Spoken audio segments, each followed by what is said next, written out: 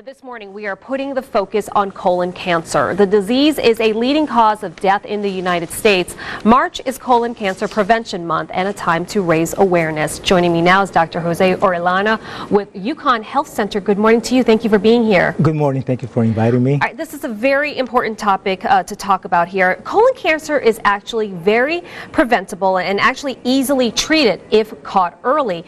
So why are there more than 50,000 colon cancer-related deaths per year? Well, it's still very difficult to diagnose, especially in the minority community.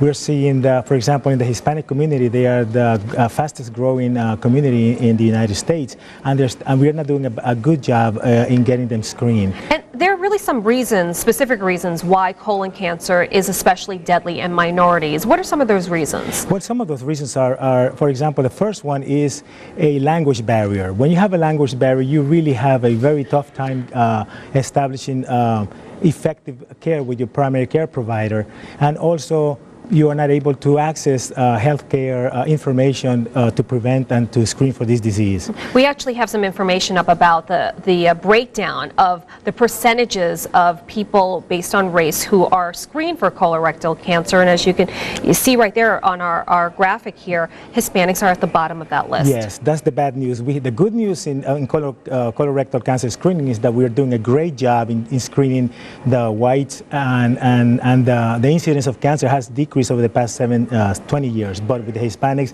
we're not doing a very good job. Yeah, and you want to drive the point home that there's also a cultural barrier as well, correct? Yeah, definitely. It's a lot of embarrassment for many of the people in my community to address private tests like colorectal screening, colonoscopies, and also talking about tests that talking about stool testing. It's a difficult topic for some people to discuss. Yes, definitely, and I see it every day in my practice. And what about diet? Diet is also another factor here. Our diet is based on a lot of fried foods and a lot of red meats, and once we come to the United States, we acculturate to a very sedentary lifestyle. All right, let's get out some of the symptoms there for folks at home.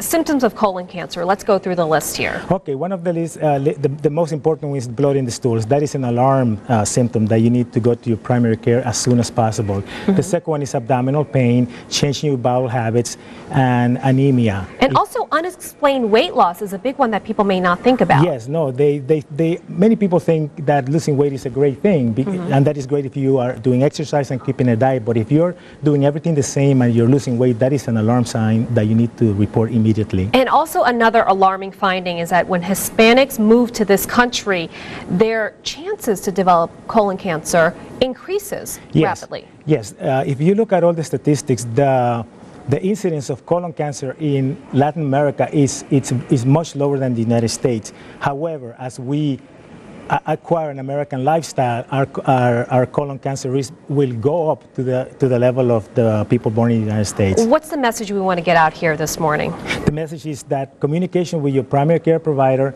a good diet, exercise, but the most thing is a better communication with the doctors. And get tested. The screenings are readily available, and it makes colon cancer preventable. Yes. Okay, Dr. Jose Orellana with UConn Health Center. I hope I got your name right. Got it right. Thank you very much for your time this morning. We appreciate it. Thank you so much.